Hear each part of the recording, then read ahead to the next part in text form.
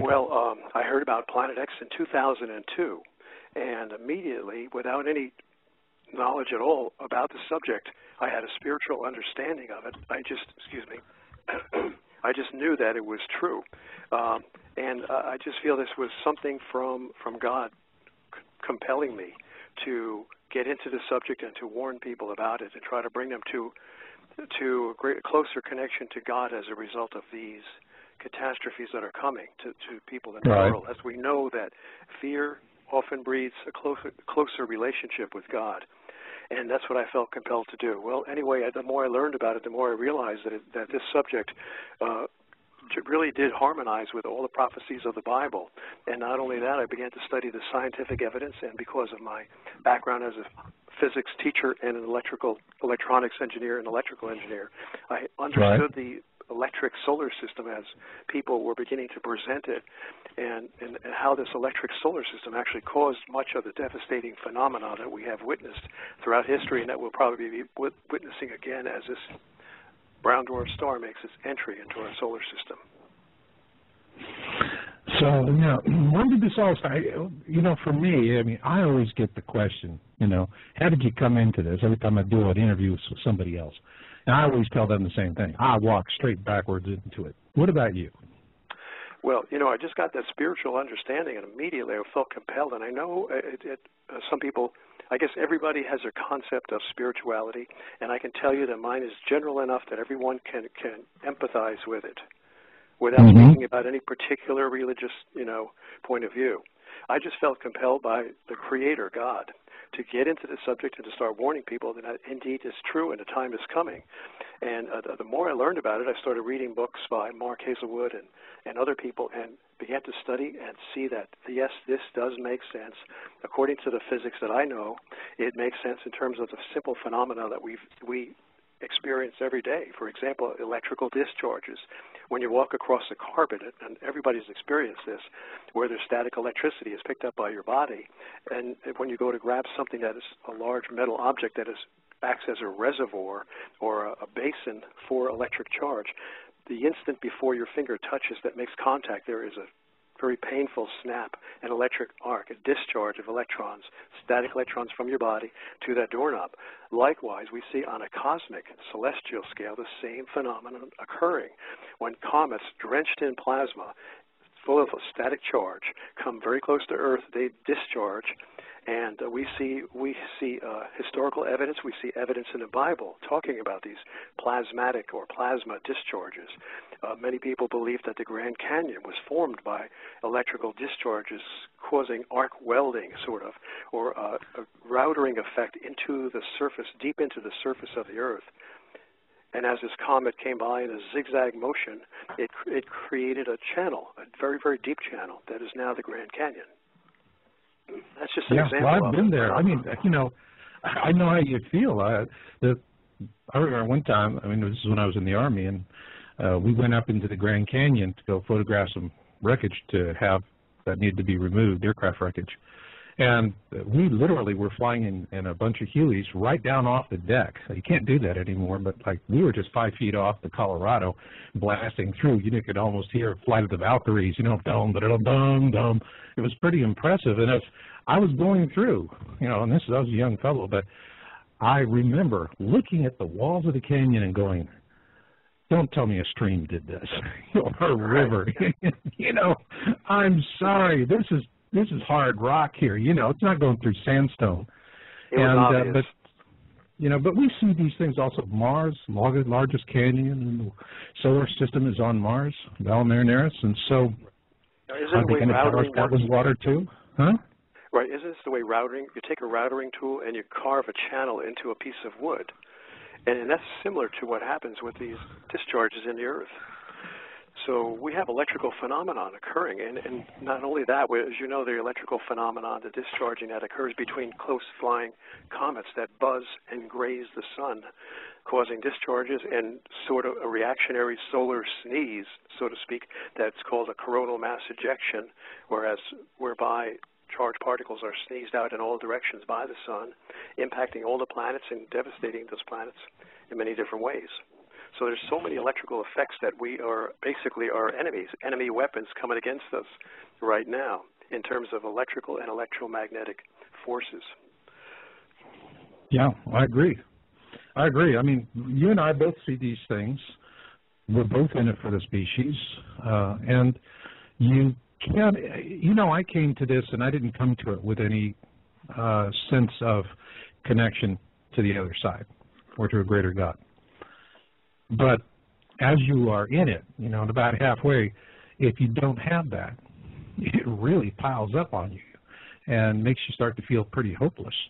And on the other hand, if you can connect, and that doesn't mean you throw the science out. You got to find a balance between the two. It's almost alchemical, if you will.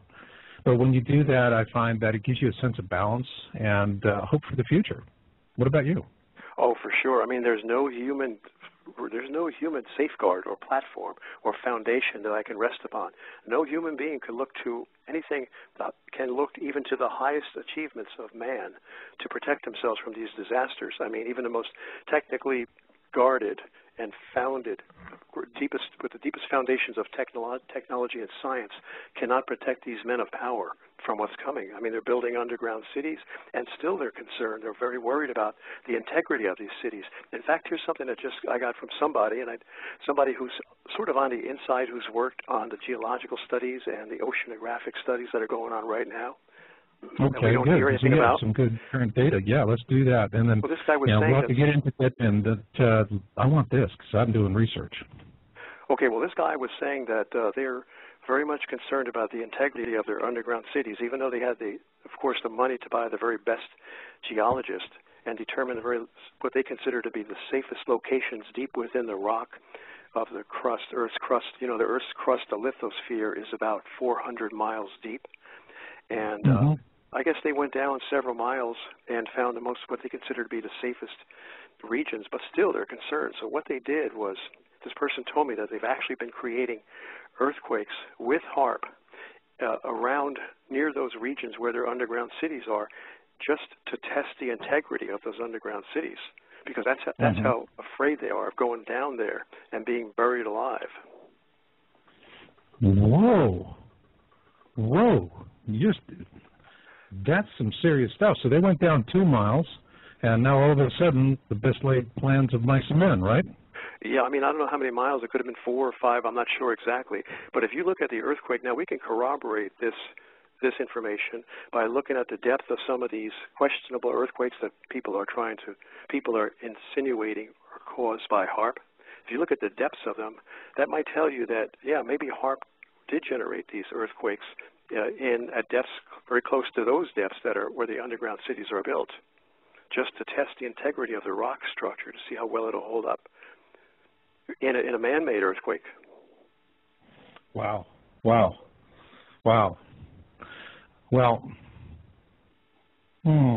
what do you think they're going to do about it? They're scared. In the long run, they're trying. So, I mean, there's the best laid plans of mice and men are failing. Now they don't know what they're going to do. Well, they're still going to go underground, but the best laid plans of mice and men are quite questionable and quite dubious when you've got a planet that's going to come in and wreck the entire, you've got a brown dwarf star that's going to come in and wreck the entire surface of the planet. Right. I mean, they knew from the beginning that what they were doing was, just a long shot, to say the least, building these underground cities. I mean, Schneider was talking about all of that. He was talking Schneider? about. Oh, I've heard. Yes, I read about him in your book, and I've seen some of his videos on YouTube. But I'm really sort of pleasantly surprised to hear that Phil Schneider was expressing the same or interpreting the power elite's fear and apprehension about this whole thing, despite the so-called complexity of their cities. Is that true? I can imagine they would be, because this is a superhuman event, and man going up against a superhuman event is like it's just there's no match at all. So anyone would be quite apprehensive about it, I'm sure. I would be. In fact, I would never go underground except for the solar scorching that's going to come. That's the only thing that would drive them underground, is the solar scorching. Because how else can you escape it? Yeah. I mean, when we were doing the channeling research, we had guides that were telling us, and different guides, and they all said this 2 miles underground plan was not going to work out for them, that they weren't going to fare that much better than anybody that's on the surface. Well, yeah, I mean, but I'd rather be on the surface in an earthquake than underground. But I believe, this is my surmisal anyway, that's my best guess based upon what I see coming. And we know the solar scorching is coming. If you see the movie Knowing, you see a graphic portrayal of that solar scorching that will basically kill most of the life on Earth, on the surface.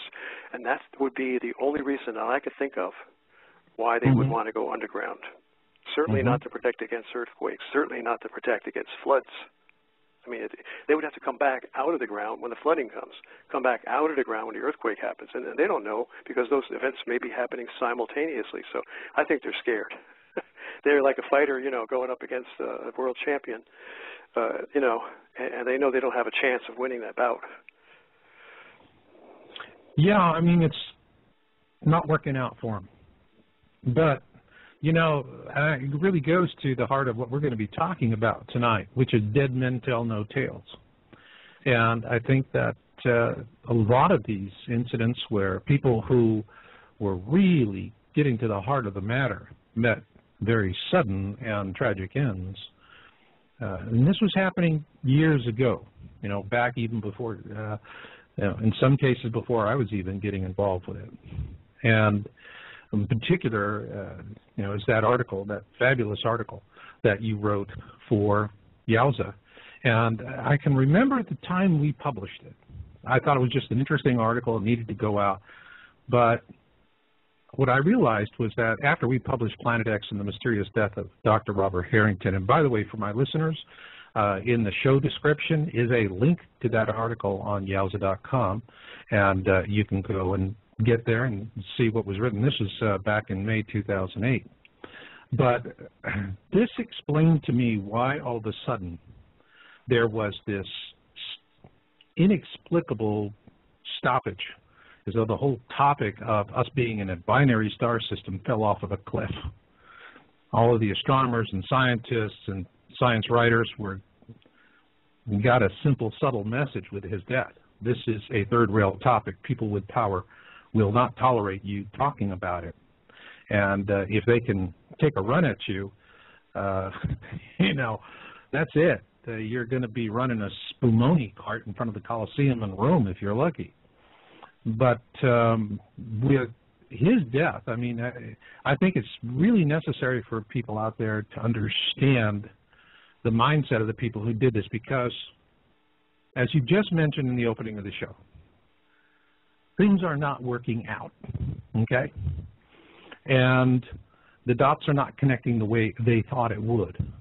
And they went to extreme measures to, well, let's just call it what it is, to assassinate people that wanted to come out and tell the rest of us poor schmoes what the heck's going on. Robert Harrington was one of them. Brilliant man, tragic, sudden death. His widow believes he was assassinated for his work on Planet X. So do I. So let's start with that, and then let's get into some of the other folks. But then later on in the second half of the show, after we have done Dead Men Tell No Tales, what I want to do, John, is then take that, move it forward into the present so people can see how all of these dots are connected from our point of view as Planet X researchers. Okay? Okay. Dr. Robert S. Harrington was the chief astronomer of the United States Naval Observatory in Washington, D.C.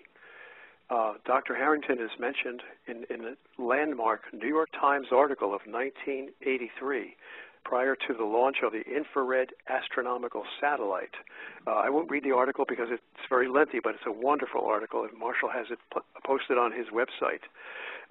In that article, it mentions, I'm just going to quote the part, Dr. Robert S. Harrington believes that this is a brown dwarf star. I think it says it somewhere in the article. And incidentally, here's a very telling phrase in that article that everyone should remember because it absolutely proves that this body is coming in. That phrase is that it's 5 billion miles out.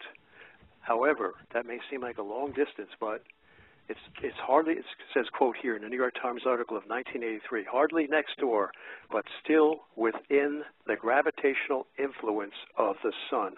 This was 1983. This is from NASA, by way of the New York Times. So we've established from that, the powers that be, that this body is within the gravitational influence of the sun. Take an analogous situation. An asteroid flies by Earth way at high altitudes, and it's just barely within the gravitational influence of the Earth. Is that asteroid going to be pulled in?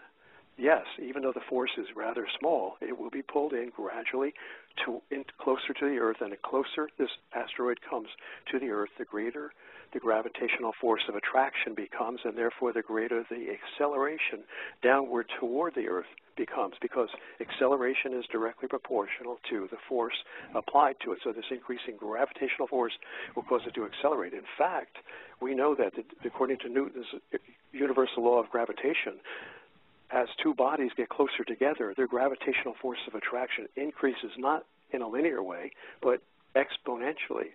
So therefore, yes, the acceleration will also increase exponentially. And this thing is going to come flying down to Earth at a tremendous speed until, of course, the friction of the air causes it to heat up. But in space, there's no air. So there's no friction to slow it down or heat it up. And this thing is accelerating at an incredible rate now toward the sun for the last 28 years, since it was acknowledged that it was within the gravitational influence of the sun. Mm-hmm.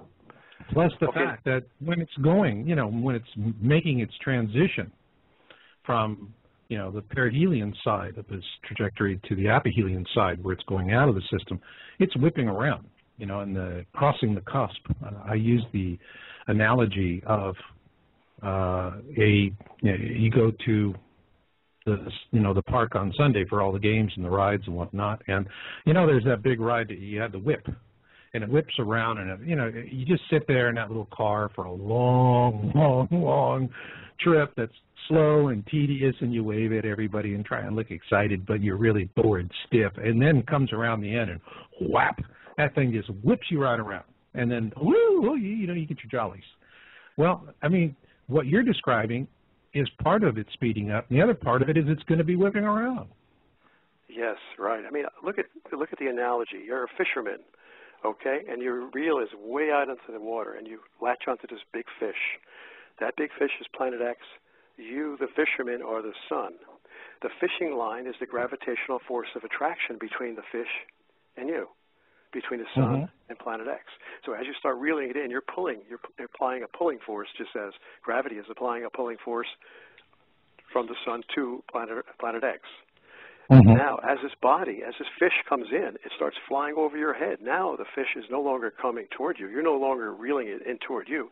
It has overshot you, gone beyond you, and now you got to pull back on it.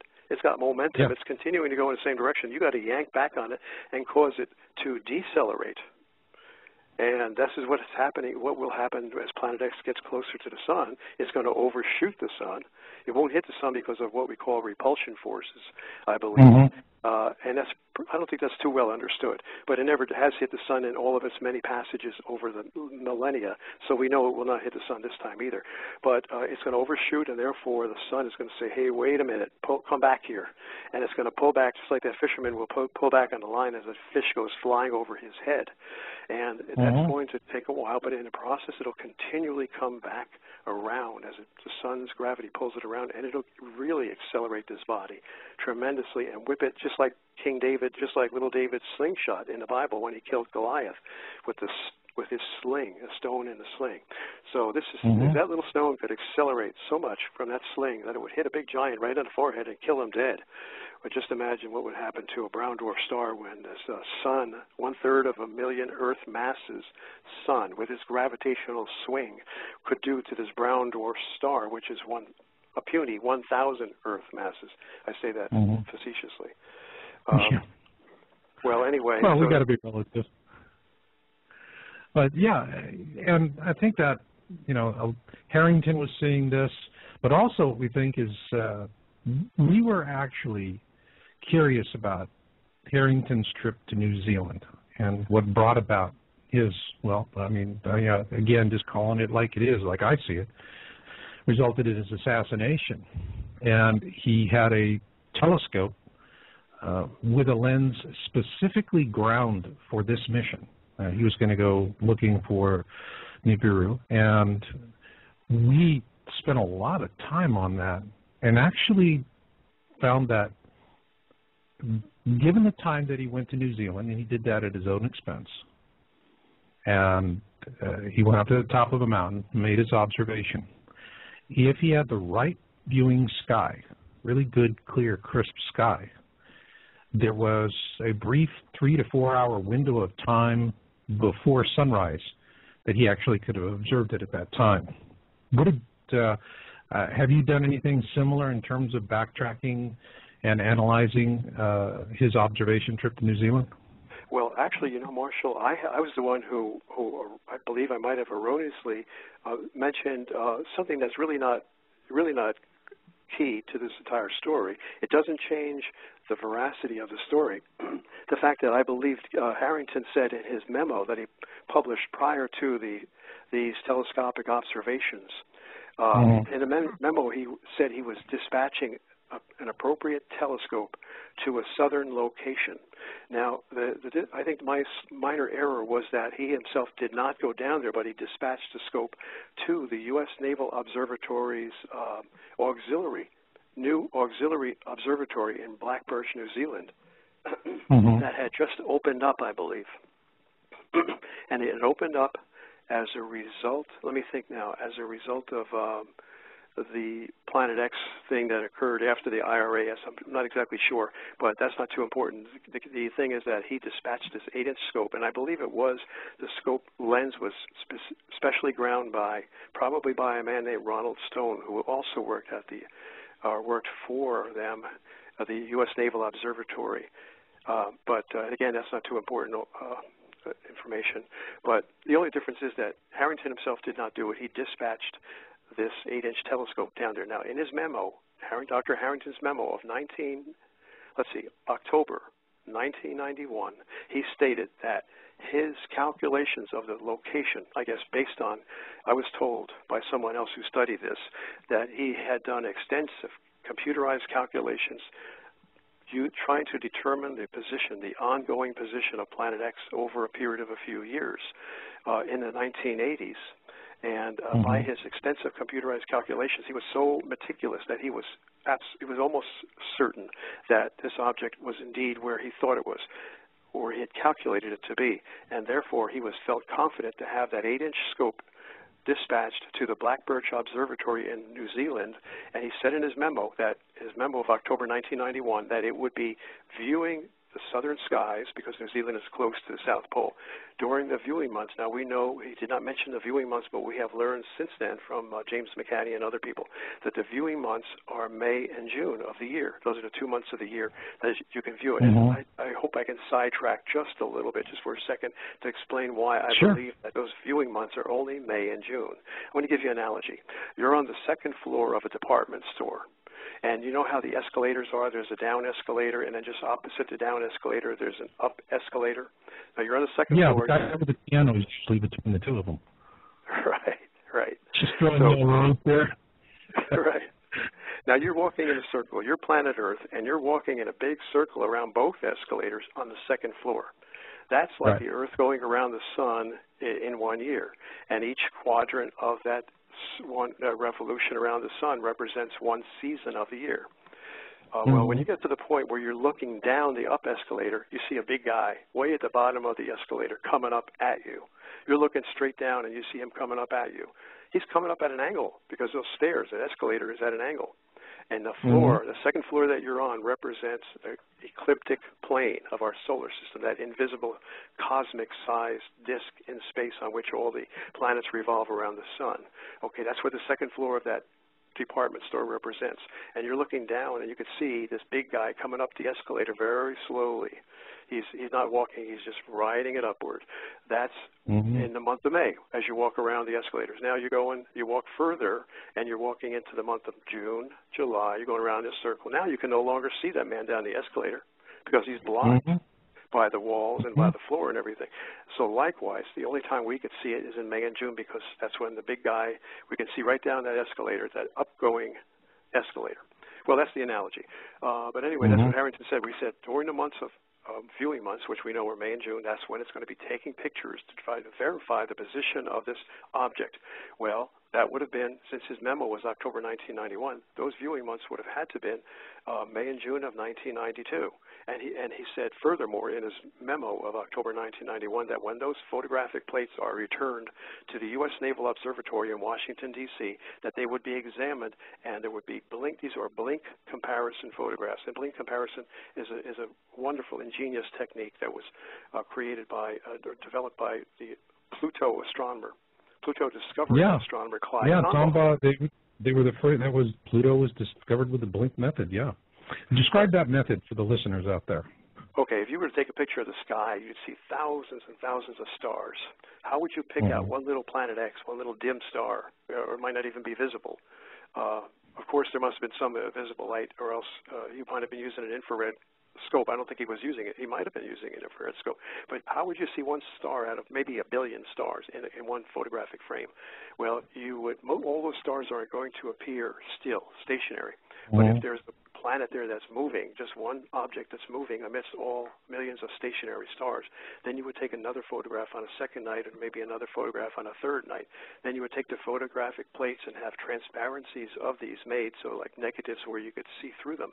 They would be overlaid on top of one another and light would be shined through each plate from the side. And as a result, you could turn on a light and illuminate just one of the two or three overlapping, sandwiched photographic plates, each plate being from one night's photograph. And you could alternate the flashing of the lights, the illumination of each of those plates, such that the human eye would be able to detect if the alternation rate of flashing were appropriate for the human eye. You could look at that huge field of thousands of stars and see just one little object moving, appearing to be moving like the frames of a motion picture would move.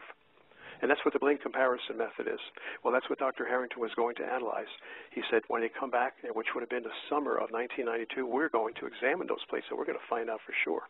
Well, Dr. Harrington somehow never released that information. He would have had the plates analyzed, I believe, probably by the fall of 1992, but we never heard anything about it at all. And then in January of 1993, Dr. Harrington suddenly dies of fast-acting esophageal cancer. And it's so suspicious because, first of all, suppose he died of a truly natural causes, not man-made causes. Why did not the U.S. Naval Observatory publish the findings, the analysis of those plates, despite his death? They should have gone on and published it. This was the greatest search in all of astronomical history, the one that was the most highly prized search in all of astronomical history, and yet they just dropped it. No mention whatsoever. It's so obvious, the glaring criminality there. So it leads you to believe that, Dr. Harrington, well, maybe he died, accidentally, just from natural causes, but it's very unlikely. They probably murdered him. Now, here's another piece of evidence that really, I guess, adds so much more weight to the conspiracy belief, conspiracy evidence that he was murdered, and that is that in the obituary they honored him and eulogized Dr. Robert S. Harrington. This obituary was published by the U.S. Naval Observatory, and of course it came from the very top. Now the very top would be the guys from the intelligence agencies, the National Security Agency, which has overseeing responsibility, supervisory oversight of NASA and all of the other government agencies, including the CIA. That's how powerful the National Security Agency is. They would have said, "Hey, look, let's give this guy a nice eulogy, and let's try to make it look like, well, the reason that Harrington didn't talk about Planet X anymore in 1992 before he died was because he just lost interest in it." So that's what they said. They said toward the end of his career, Bob Harrington just sort of lost interest in Planet X. He didn't care about it anymore. Yeah, the obituary actually said that he was disappointed. And there was nothing consistent with anything that else had happened. Just out of curiosity, what happened to the plates? That's right. I mean, even still, the plates would have been published, would they not? So that's right. Where are they? Have you been able in your research to find these plates? Are they existent somewhere? Would someone be able to do a Freedom of Information Act to get these plates? Or did these plates wind up going into somebody's Dipsy dumpster? Yeah, I mean, it's possible. I've never gone to the point of trying to get a Freedom of Information Act request to find the in fact, I would be afraid to do it. I'd probably wind up dead myself just requesting the plates. So, but we don't even have to do that. We know, look, for those of us who know what's going on, and we have a ton of other evidence from so many different sources, you could just, you could just drown in an ocean of evidence that that this planet is coming in and the government is doing everything they can to suppress knowledge of it. Those of us who know, we don't need any more evidence to know that Dr. Harrington was very likely murdered. And even you mentioned his wife believes he was murdered too. I didn't even know that. I didn't know his wife had offered any comment on it. Yeah. No, I mean, it came in through friends of the family, and so that's terrific that you got that. Yeah, yeah, and I think when we look at Harrington and this mystery and this shutdown, one thing is certain for me. For those folks out there that are in their 50s and 60s, all right? You silverbacks, you arr. And for those of us who are silverbacks, we can remember the excitement about Nemesis in the 70s, in college, high school. This was a big topic, Ooh, we could be in a binary system. Books were written about it. There was a lot of excitement about it. Notable astronomers like Carl Sagan were, openly talking about the possibility of it. And then all of a sudden, boom, it just drops dead. The whole conversation starts dropping dead. About what year was that? It was actually after IRAS. Okay, 1984. With IRAS, yep. That was when you start looking. You go back, we have on Yowza.com, we have a page called the Jenner Files. And for people that are looking for some of this background evidence that you and I see as researchers, Jenner Files is a great resource for it. It's free. Go ahead and take a look at it. But you're going to see a consistent pattern that, after IRAS, the conversation on Nemesis came to a screeching halt. On Planet X, the possibility of this, Harrington's death put a real chill. And this was just an area of astronomy that was all of a sudden not to be discussed. It was like, some sort of unwanted love child nobody wants to talk about, that kind of a thing. So we saw that, but, we saw what happened with him. But then there are others. So let's move on. Let's talk about a couple of these other folks that seem to meet these mysterious Planet X ends, or as the show title goes, Dead Men Tell No Tales. Arr. Okay, Marshall. Just one comment. You brought something to mind when you mentioned the chill that had been cast over all of the scientists in that field, where they felt suppressed. This is from the 1983, January 30th, New York Times article. This was just before the National Security Agency stepped in and intimidated everybody. Quote, recent calculations by the United States Naval Observatory, that's Harrington and Van Flandern, have confirmed the orbital perturbation exhibited by Uranus and Neptune, which Dr. Thomas C. Van Flandern, an astronomer at the observatory, says could be explained by a, quote, single undiscovered planet, unquote. He and a colleague, Dr. Robert Harrington, calculate that the 10th planet should be, et cetera, et cetera. Now, there you go, Tom Van Flandern. He was the associate of Dr. Robert S. Harrington.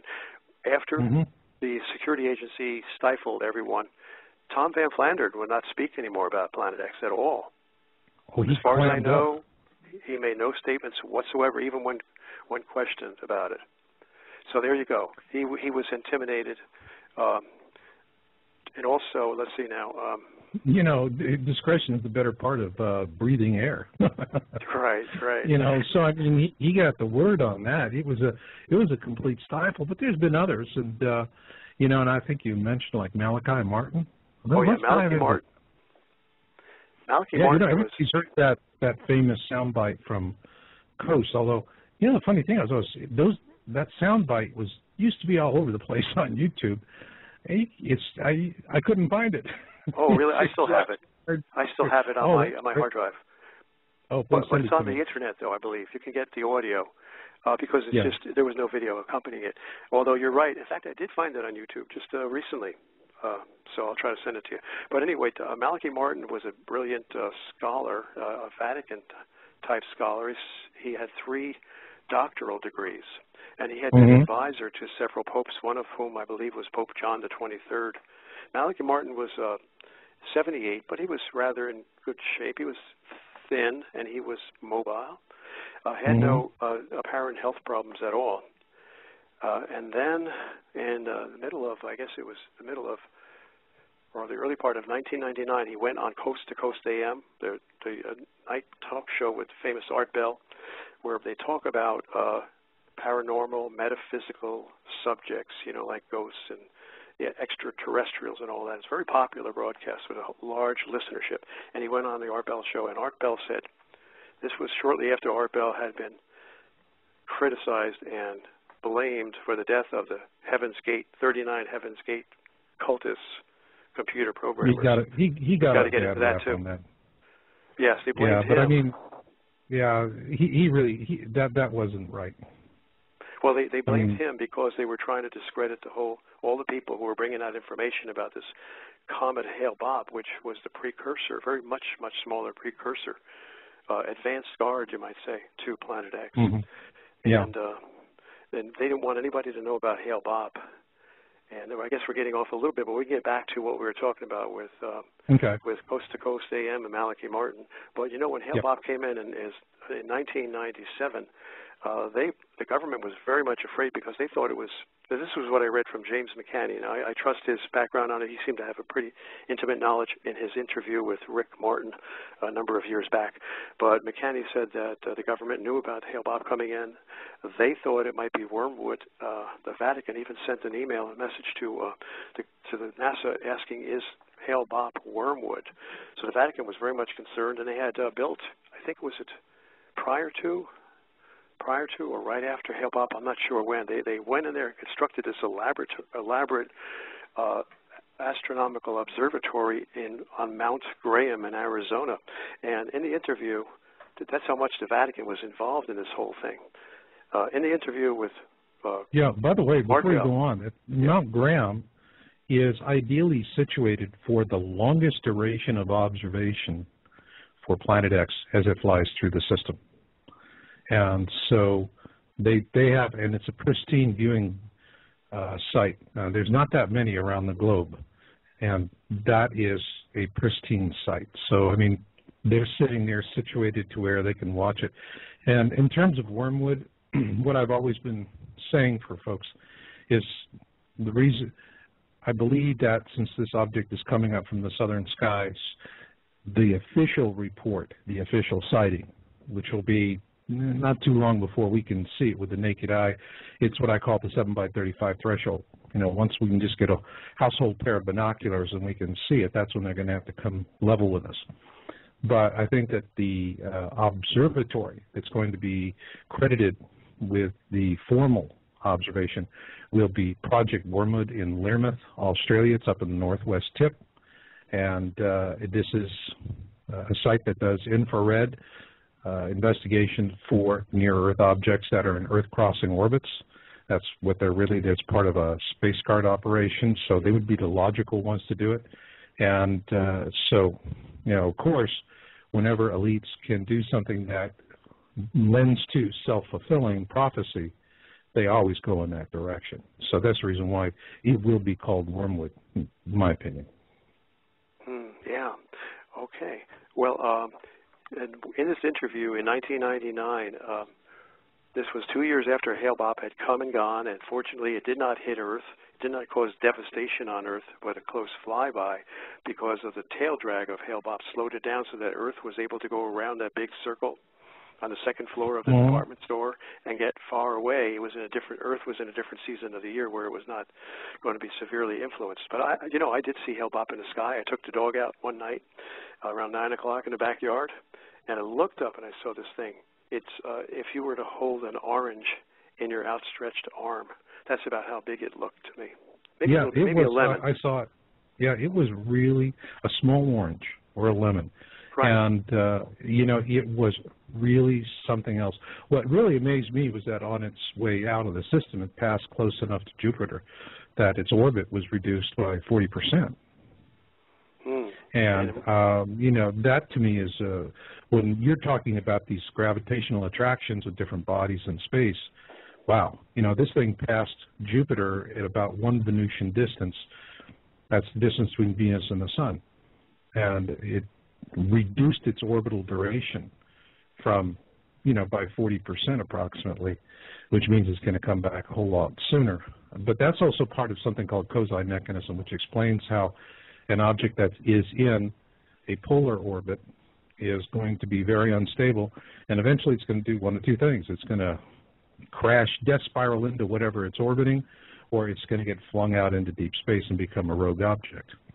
And so Hale-Bopp, is arguably it's already in the death spiral. That's interesting, too, in terms of Avebury 2008 formations and crossing the cusp. I spent 5 chapters on that, and the thing that's really startling about that formation is it shows all of the planets exactly where they should be in 2012, except for Pluto, which is advanced in its orbit. So in other words, it's being perturbed in its orbit, which means that Pluto is eventually going to either death spiral in or just fly on out.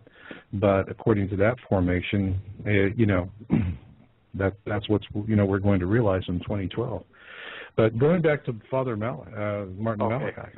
Yeah, in that interview of 1999, Art Bell on the radio show asked the priest, Malachi Martin, why did the Vatican muscle their way, and I want to emphasize that term, muscle. They muscled their way onto Mount Graham in Arizona, and constructed this observatory. And Malachi Martin used very slow, well-chosen words, and it seemed like he was somewhat afraid to give an answer. But he gradually coaxed himself to give the answer by saying, and this is paraphrasing, well, the reason they have this observatory is because the highest echelons of the Catholic Church and the Vatican know that something is approaching within the next 5 or 10 years. And that was the entirety of his answer. And now, when was that answer?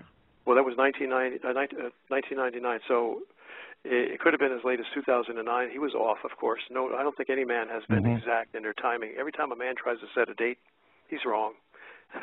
I've learned not to try to set dates. Yeah. But the point is, he was saying they knew something's coming in, and it's in the near future. Well, yeah. And now I do have a question in from the virtual studio. Is the Vatican astronomer article about ET at the observatory possibly related to this? Have you seen that article? No, this is the first I've heard of that. Oh, okay. Well, wait a minute. Wasn't there an old one where the Vatican, an old article where the Vatican said, "Let us welcome the extraterrestrials," something like that, where we should embrace them? And this might go along with all the messages that are being given to us in fictitious form, in drama form, on television and movies, in a television series, The Event, for example, which tells us that these extraterrestrials are wonderful people. They love us. They want to embrace us, but don't mess with them. Don't resist them, because they can destroy you with the touch of a finger. And that's the message we're getting from this series, The Event. Is that what the kind of idea that we're getting from this question, or is there something different? It was a shot-in-the-dark question, and so didn't have a title of it. I think I just was asking, but it really does bring a point in terms of how we're being prepared through media. And, the message is really kind of all over the map. Part of it, I think, is Hollywood is doing what Hollywood does best, and they just have their thumb on the pulse of the country. What's hot, what do people want to talk about? And they're just out satisfying demand. So I don't, snakes live under rocks, but they don't live under every rock. And so in some cases, you could have someone that's going to be talking. And I've seen that, when Emmerich brought out 2012, the movie, and we what we saw was he was going to bring it out in the summer, which is when you bring out an action blockbuster like that. And he winds up bringing it out in a time of the year where, it's the holidays and people are going for art films.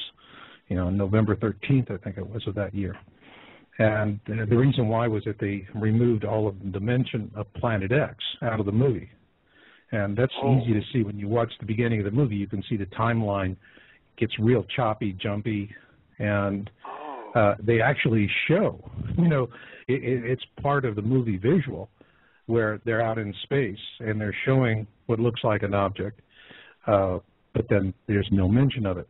And what I can surmise is that NASA had probably seen perhaps an early screening of that film because Morrison et al. Were, ramping up the old 2012 patronizing routine and humiliating anybody that would dare take it seriously.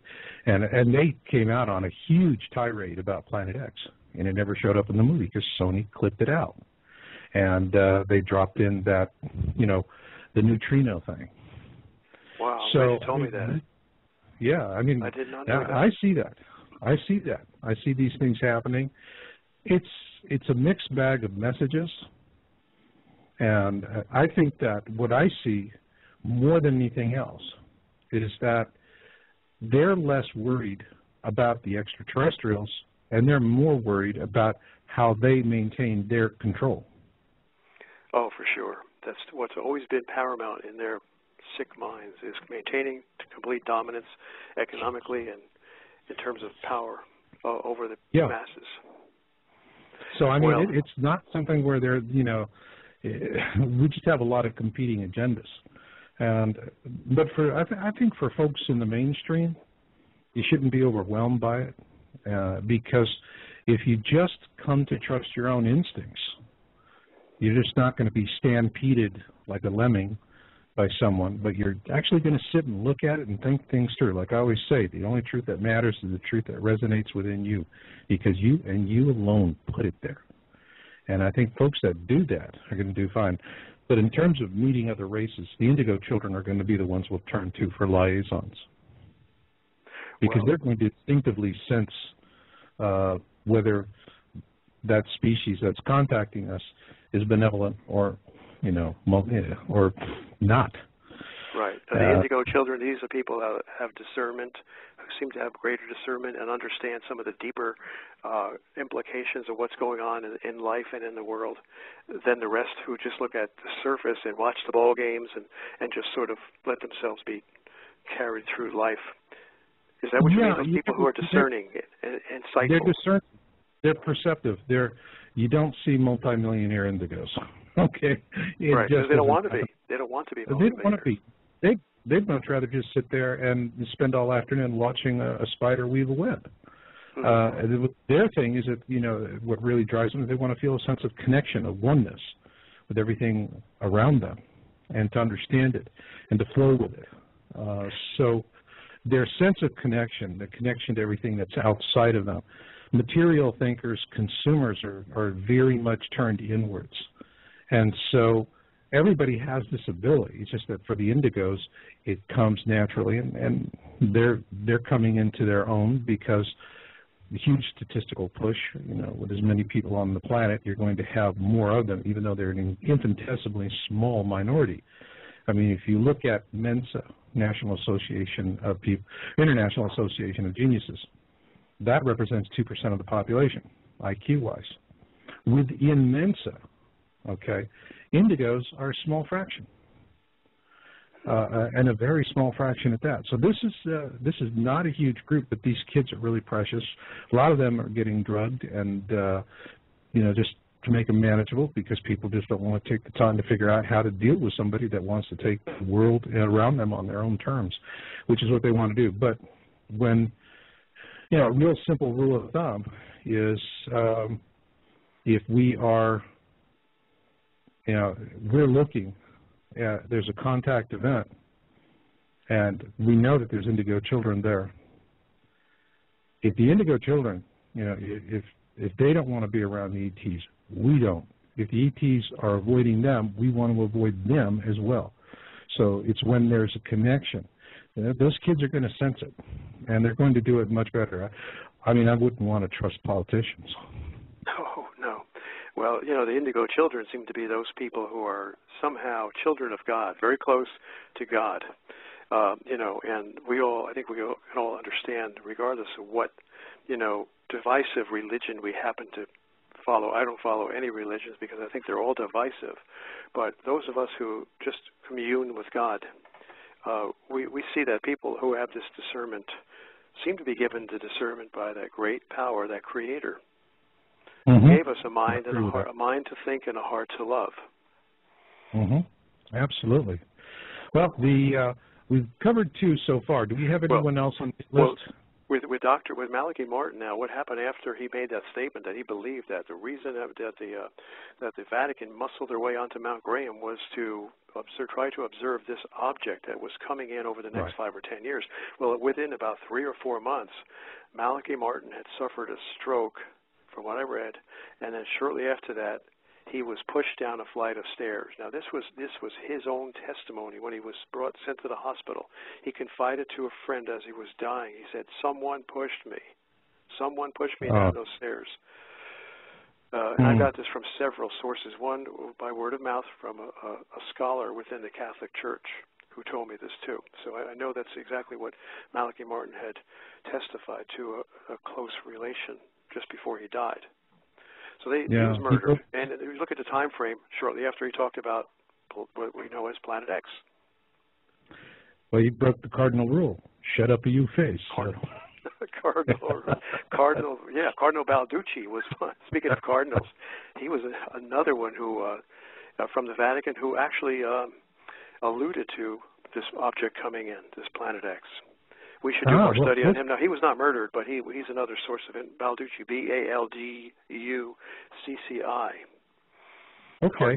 Within the Vatican. Let's do this. We're up at the top of the hour, and I want to give folks a couple of minutes to go out and get some tea and take a break and play a little music. And we're going to pick up on this, and then also let's get current on what we see coming in the months ahead. You know, a lot of folks get you to weigh in on what you think Comet Elenin is. We've had a lot of talk on that on the show. We'll get into that stuff. So hang with me here, and I'm going to bring in some music for everybody. And what we're going to do for tonight is I want to play a little tune called Moonlight Serenade from Glenn Miller. And it's a recording from back during World War II.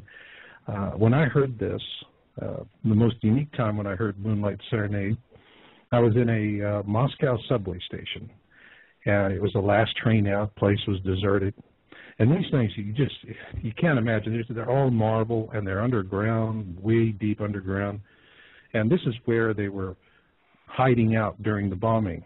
When during War II, the Nazis were within like 30 miles of Moscow. And the Luftwaffe was bombing Moscow, and that's where they were, and they were listening to these songs. And so for those of you listening to Moonlight Serenade, imagine you're down in the bunker, which at that point was Moscow subway station, surrounded by immense walls of marble.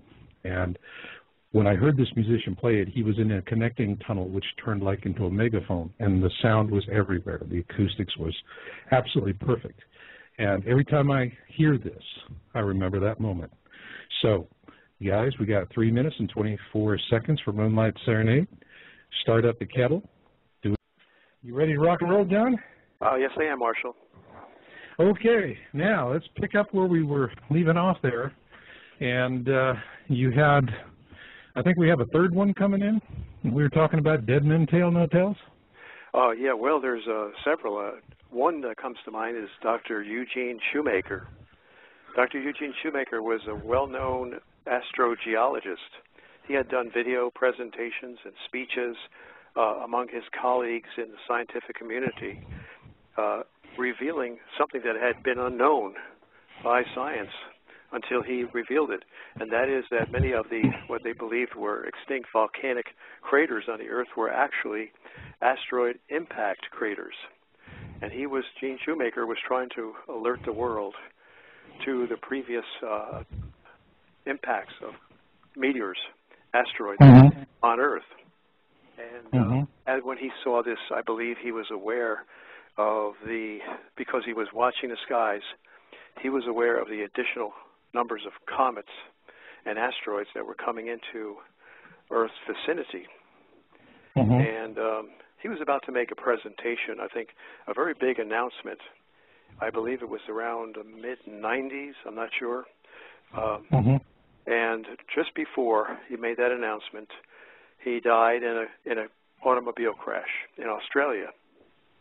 In the outback, on a lonely road. I mean, it's like it's two converging dust trails. How can you not know someone's coming in your direction?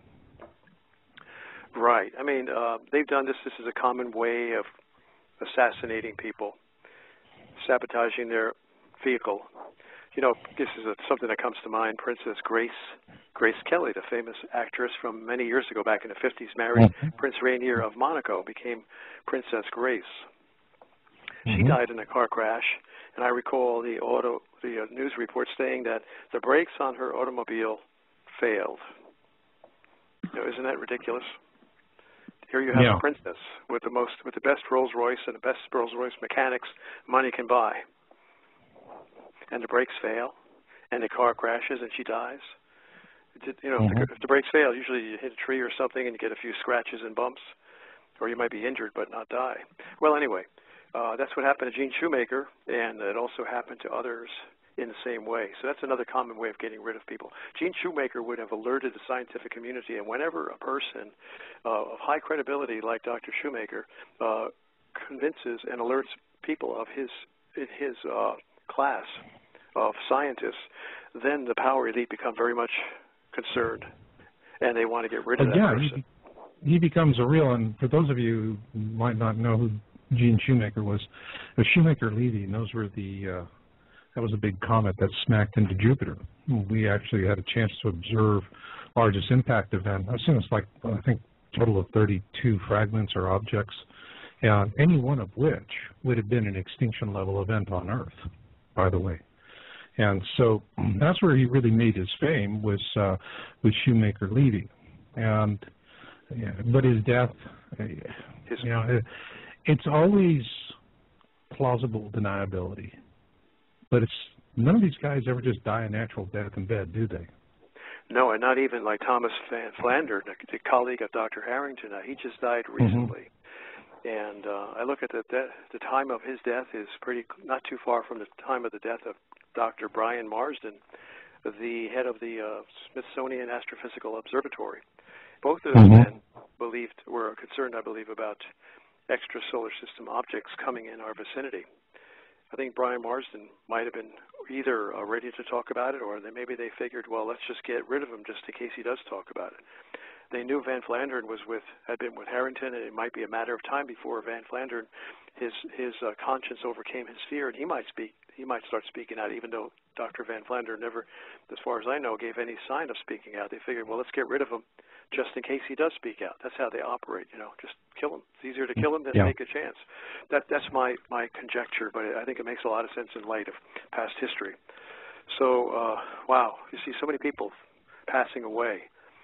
Well, Brian Marsden was a straight shooter. I mean, I knew him personally because we had been on a TV show together, PAX TV, and it was actually a very, very good show on asteroid threats. And after the show, we kind of struck up a dialogue, and he was actually very helpful in getting me started down this. We were looking at a Deccan Traps eruption to explain the KT extinction event as an alternate theory. And we had a lot of fun with that. And one of the things that he said to me, and it always stuck in my mind, you know, when people are, you know, if Planet X was there, we'd see it. Whereas, you know, we don't see it, so it's not there. And what he said is the failure to observe an object proves only one thing. You have failed to observe the object. That's all it proves. And, you know, but that doesn't stop the so-called experts from, you know, just adding creative license to it. But, yeah, I mean, Marsden, he was a straight shooter. And I remember he was really, when NASA implemented a policy, a suppression policy on near-Earth object reporting, and this was back in 99, 2000, And at that time, if you can, for those that can remember back to the last century, oh God, how does that sound? But if you can remember back to the last century, we used to see newspaper articles and even internet and all kinds of stuff at that time, would proclaim new asteroid or comet discovered has 1 in 32 chance of striking the Earth. Great headlines. Sold papers. The English tabloids just beat it like a rented mule. And what NASA did was they said, okay, they went out to all the astronomers and said, you don't talk about this publicly until we give you permission, period. We control the release. And they put in a blanket suppression. And what really made Marsden angry about that was that when they find these objects that have a low chance of impacting the Earth, the more they observe them, the more they create an ephemeris, a more accurate ephemeris. In other words, it's like a bus schedule. You know where the bus is going to be at any one time. Well, they do that same thing with objects. But you have to make a lot of observations of the objects before you can have a really accurate ephemeris. And the whole thing of having it so that this information would be shared rapidly, all right, in which the way it was in the last century, was to stimulate all those additional observations. But once NASA put the kibosh on it, that was it. It muffled it. And so it's just not that accurate. Now, how does that affect us today? Every time you see a news report that says an asteroid passed within a few thousand miles of the Earth or, within striking distance 3 days ago, okay? Every time you hear that, just say, thank you, NASA, for keeping us in the dark. Just thought I'd add that. Right. Yeah, I mean, their whole purpose and stated policy is not to tell the people if something is approaching. I mean, this was stated in an ABC article. An ABC article a number of years ago that NASA actually came out and somebody, either inadvertently or whatever, from the agency said that our policy is if anything is coming toward Earth, we are not going to tell the people about it. I could understand their rationale. I mean, in one sense, they would not want to cause panic, but if you don't tell the people, then the people cannot prepare to protect themselves. There are numerous things someone can do. If you don't get a direct hit, you could save your life if you take the appropriate precautions if you know something may be coming. And that's what they're contributing to mass death by their selfish deprivation of information. Yeah, well, it's also part of, they're skimming the middle class. Look what's happening in the United States. People, just why is it America's middle class is being sucked bone dry? All right, and that's really what's happening. Where's that money going? It's going into the pockets of people who are building bunkers. I know. I talked to the engineers who do the power systems and other things, actually build the structures, and they're telling me they're going from can to can 24/7. They can't keep up with the business right now, and they're building underground bunkers, luxury condo bunkers, $1 million on up, fully equipped, jacuzzis, Blu-ray home theaters, you name it. They're planning to sit it out in comfort. And so a lot of this, this whole thing, give it to us and there's going to be chaos and we can't handle it. I really don't buy that. No. I don't buy that. I mean, think back to 9/11. Did everybody race out into the street with guns and start shooting people of color? We took hold of the situation. I think we had a good beat on it as a country. Right. I mean, the reason they don't want to tell us is because the people it's so obvious. They know that they control, the power elite control by fear. There is a handful of people controlling many, many millions, and they must keep us in fear of their power. Well, our fear of their power and of their punishment toward us, their penalties, our fear will evaporate. We will no longer fear them when we see a greater fear coming in the skies. They know that, and that's why they won't tell us. They want to see us kept under their fear and not under the fear of what's coming in the heavens. Then people won't pay their taxes. If they know that you're going to be hit, they're going to just default under taxes. Yeah. I mean, it's and there's other ways. I see here in the Lori in the virtual room says, "Why do you actually believe the oil prices are so high?" Well, it's not oil shortage.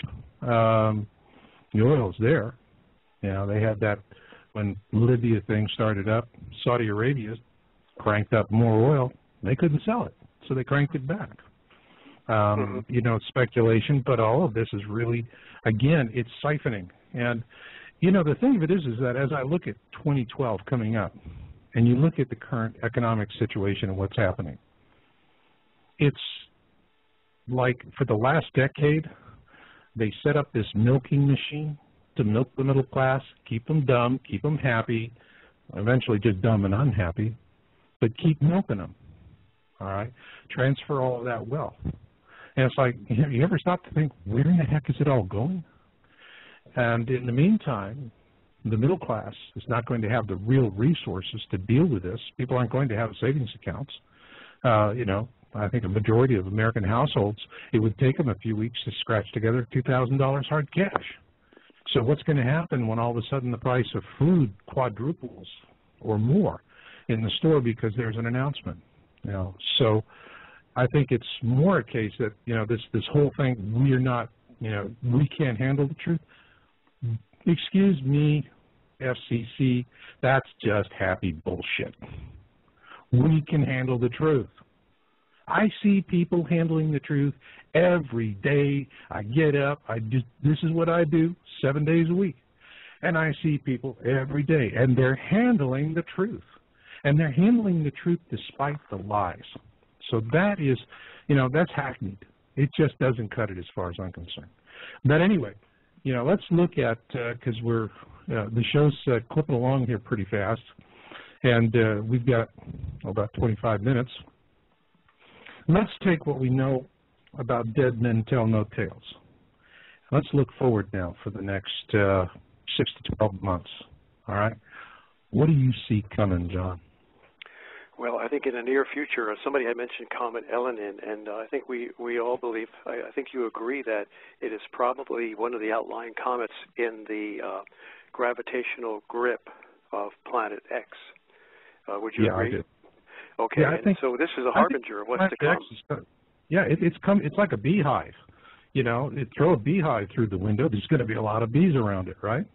Right. You know, same thing so here. This is a harbinger of the disasters that are about to come. I think if this Elenin may cause some substantial damage to Earth, even though it's only a comet, you know, a bee surrounding that huge beehive, Planet X, it can cause devastation to Earth when the alignment occurs. We know the planetary alignments. There's a guy named Chatelain, a French scientist going back to the 1970s, 1980s, and he states, I have him on videotape where he states that every time throughout history when they saw these planetary alignments, there would be earthquakes. And this was when Jupiter and Saturn and Mars would all line up in a straight line with Earth, and they would compound their gravitational pull. It would be like a tug of war with all the guys pulling on a rope in the same direction, right along the line of the rope. It would create earthquakes on Earth, so they knew whenever there was an alignment, you can expect earthquakes. Well, Elenin is supposed to go into alignment, again, I think in a few months, with Earth and possibly Mars. Now, I haven't been following, Marshall, you probably have a better knowledge of that coming alignment than I do. Yeah, I mean, I think that given the alignment, it's not an exact alignment, but my gut instinct on Elenin, you know, because the orbit has changed on it, is that this is going to come close enough to the Earth that while they're telling us, oh yeah, when it's here in, you know, August, September, we'll be able to see it in the pre-dawn hours, barely visible to the naked eye. No, I don't think so. I think when Elenin passes through, it's going to come close enough to be pretty darn bright. And I think that with the celestial alignments, plus everything else going on. You know, we've noticed over the years other comets when they pass through the ecliptic, for example, like Comet Linear.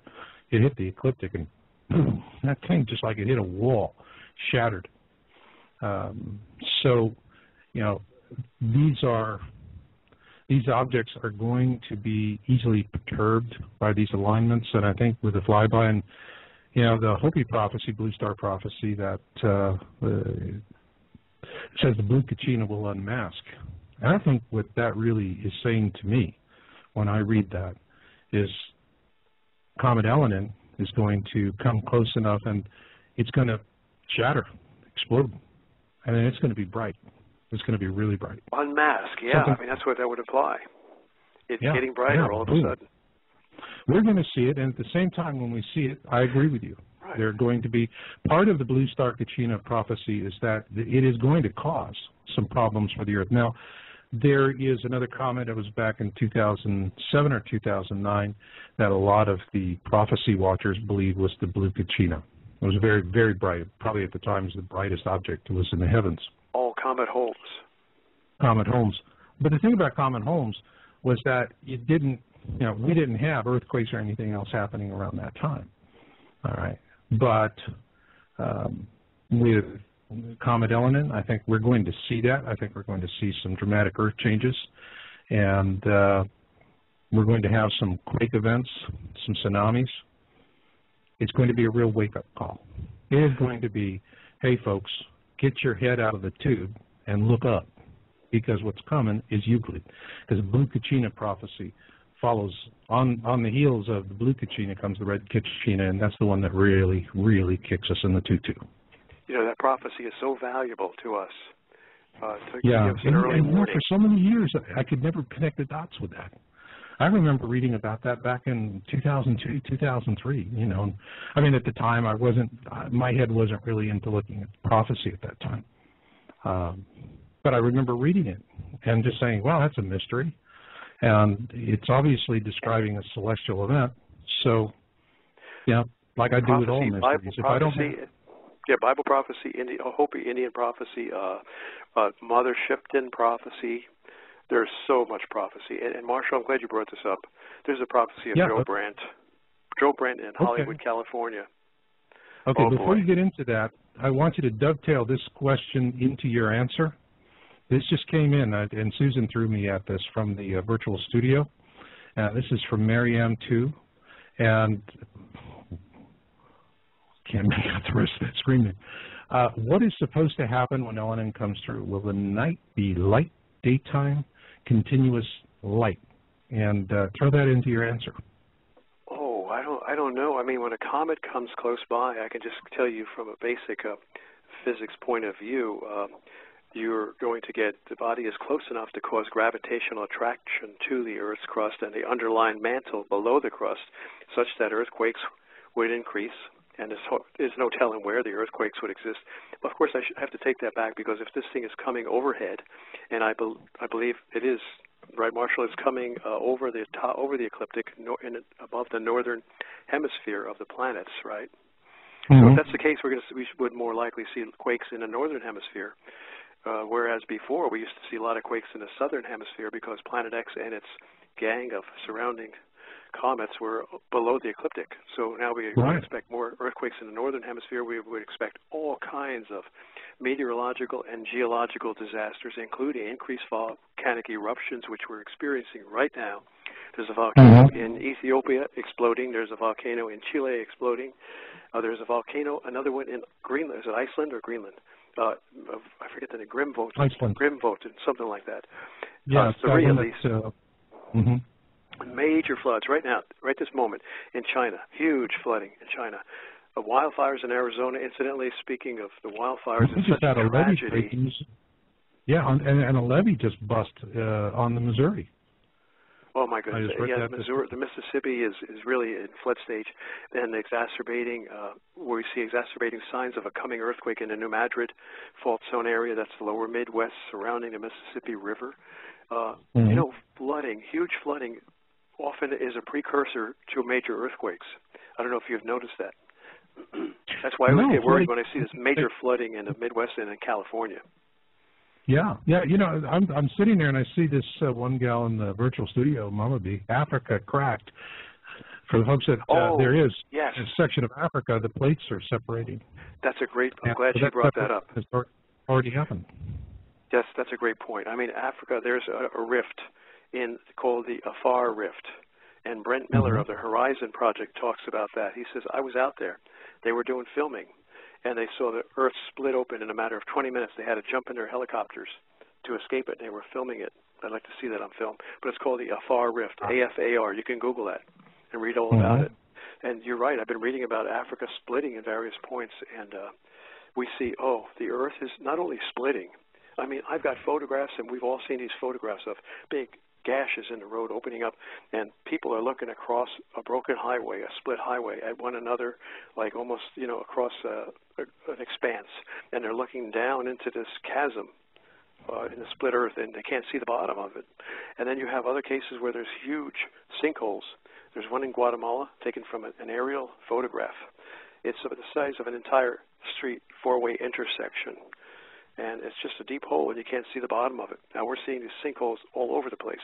There was a Sonic drive-in, fast food place that was completely swallowed up, I think in Cleveland, Georgia, someplace like that. And all over, things are being swallowed up. I mean, New Jersey, California, the Earth is...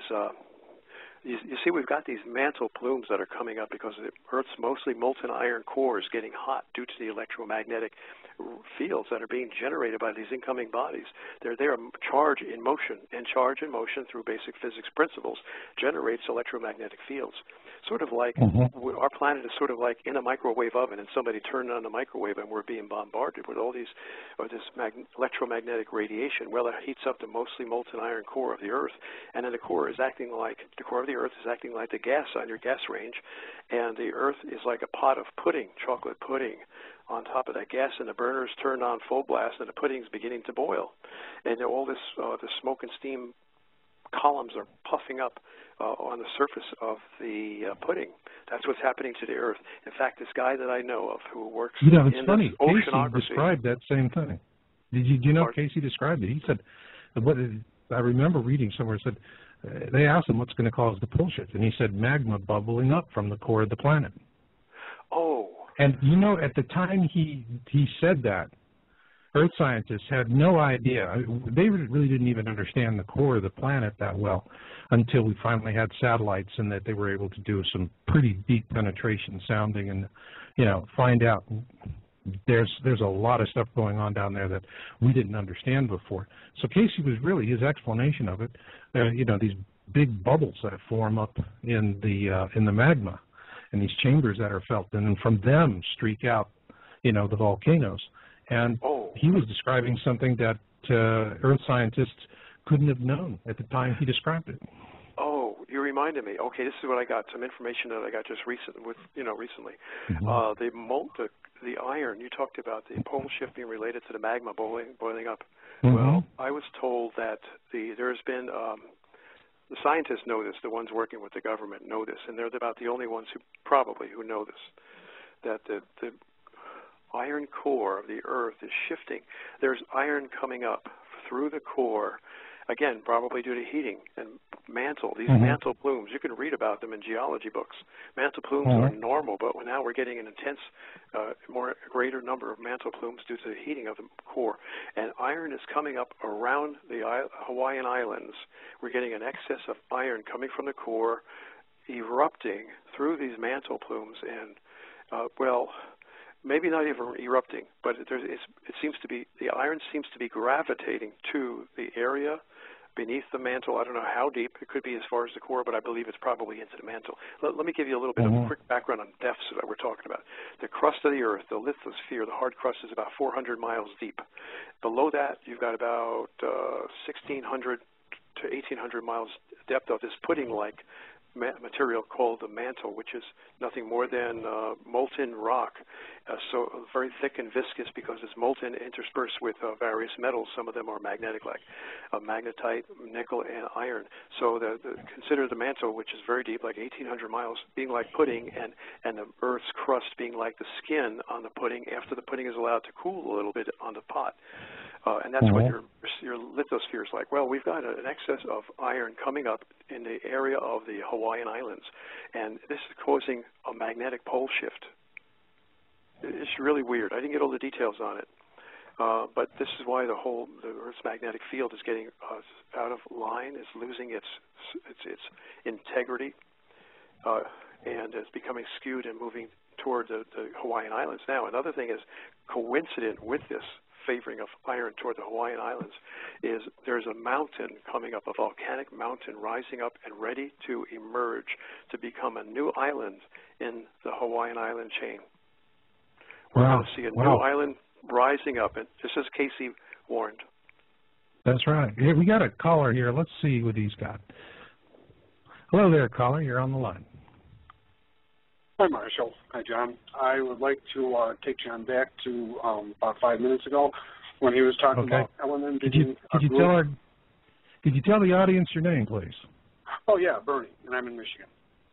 Oh, okay, Bernie. Good. Go for it. Okay. I'd like to quote from Colburn, and it's the Book of Creation, Chapter 3, and it's 3:6, and it's just the first sentence. The first sky monster was joined by another, which swallowed the tail of the one going before, but the two could not be seen at once. So that sounds like talking about element being a harbinger that could possibly be the messenger. Yeah, it sure sounds like it, doesn't it? The guy in the back, the big guy behind it, swallowed its tail. Blue Kachina, red Kachina again. Yeah, I mean, the thing is, and I think the caller really brings a good element to this, is that it's not where we have these, out of sync prophecies and predictions. What we find, I think, John, you could say the same thing, is that the more we study this, the more we find commonality rather than discrepancy. We're all working on a crossword puzzle with 500 pieces of the puzzle strewn all over the floor of our living room, and we're all sitting here surrounding it, and one guy's over there fitting a couple pieces together, and another guy next to you is fitting another couple pieces together, and together we're putting the pieces of the puzzle together, prophecy pieces of the puzzle, the ancient historical pieces of the puzzle, the biblical pieces, the scientific, it's all coming together. So thank you for that contribution, Bernie. You're welcome. Yeah. But the question is, who has the corner pieces? Okay, well, I'll let you get back to the corner. Yeah, thanks very much. Good one. Who has the corner piece? That is the thing I see disappearing all the time. If you want to stay on for a second, Bernie, let's see. Somebody is asking from P90X, was the G2 event on the sun on June 6th related to Planet X? Oh, I don't know. Tell me, Marshall, what was that event? Was it a coronal mass ejection or flare? Yeah, I remember it was. There was an event. I think in general, there was a blast. Overall pattern. I mean, the sun is the sun, and you're talking about in terms of overall changes in how the sun behaves. It's very small. It's less than 1%, really. But for us, that's a huge difference. Earth sits in this Goldilocks zone, and it's quite a precarious perch. We're just far enough away from the sun, not to be Venus, but we're not so far away that we're Mars, and we're in a Goldilocks zone. So it's hard to say. What I can tell you is that Ulysses probe. That for us was that was the close for us. We were always, up until the Ulysses probe data came in 3 or 4 years ago, and that is a probe that was doing polar overflights over the sun to look at the northern and southern hemispheres, compare them. And it did a few passes, and what they found is that the southern hemisphere of the sun is markedly more active than the northern hemisphere. Well, there you go. And it's going out in a direction that's not. It's not where the whole southern hemisphere, is just completely energized, but rather it's more excited out to a region. It's like pointing down and out at a 45-degree angle. So I think that when we're looking at solar events, it's a combination of all of the above. Yeah, you can have normal solar activity, but also the sun is responding to Planet X, and so you have to flavor it all in together and understand that the nuances are very, very subtle. Right. What we can do is, if we could find out when these comets graze the sun, or when these comets crash into the sun, and see if there's an accompanying blast from the sun, because every time a comet grazes the sun or comes close enough to cause an electrical discharge, that sun is going to sneeze out something in response to it. And then you could say, yes, it was caused by the comet grazing the sun or crashing into the sun. And then you could say, therefore, we're going to see tremendous solar activity because there's more comets coming, because this huge bee swarm is getting closer to us. Yeah. Getting closer to the sun. Got anything? Got any other questions there, Bernie? Well, I just had two. One more comment. The last 3 days in a row, we've had S-class events on the sun, and they have been located in the southwest quadrant. Mm. There was one today. As a matter of fact, there was a I'm on my phone, so I can't look it up. There was I think it was a 2.3 class flare this afternoon at 5:36 Eastern time, and that was also, once again, in the southwest quadrant. Well, you know, I'm baffled by that because I seem to surmise from all the evidence that I've been able to piece together, and it's not easy because we're not getting any help from the government, but I seem to surmise that Planet X... Yeah. I'm sorry. I mean, we're getting help. You know, we're like a guy who can't fly a plane, and we're suddenly got hold of the controls and trying to figure out which way to move the stick, you know, to keep from crashing. But I suspect that Planet X is now coming into above the ecliptic now, and I think it's already penetrated the ecliptic. Judging by several fields of study that I've been following, they all seem to agree. So if Planet X and its V swarm is coming above the ecliptic, then we would expect to see more solar hyperactivity in the northern hemisphere of the sun. So I'm baffled by that. You know, in my, you know, the book I just did, Crossing the Cusp, and I decoded Avebury 2008, and that formation shows the trajectory. It shows the orbit of Planet X, and it was the one part of the formation that had the most disinformation spewed on it, and which part of helping me to key in on it. But what it is showing is that this is, you know, it's going to arch up, and when it comes to its point of perihelion, it's going to be when it's going down, and that is at the point where the formation says we're going to see it like a second sun in the sky, and but it's going to be huge. It's going to be a very, very large object, and it's going to be very frightening. And I know Bernie mentioned Colburn Bible. In the Colburn, what we're told is that when we do see this, the ancient Egyptians say that when you see it, women become infertile, men become impotent. You know, it's so fearful that we actually experience a halt to human reproduction. That's pretty serious. Okay, gentlemen, I'll listen offline. Have a good night. Thank you. Okay. Thank you. All right. Thanks. Yeah, I mean, we have to start. We know it's coming in. The evidence is just mountainous. So we have to start preparing. I'm thinking about the solar scorching that's going to be occurring, but that's just one of many diverse catastrophes. Many people are plagued by the floods that are occurring. Two, we've got to try to prepare as best we can with gear that's going to help us weather the flooding.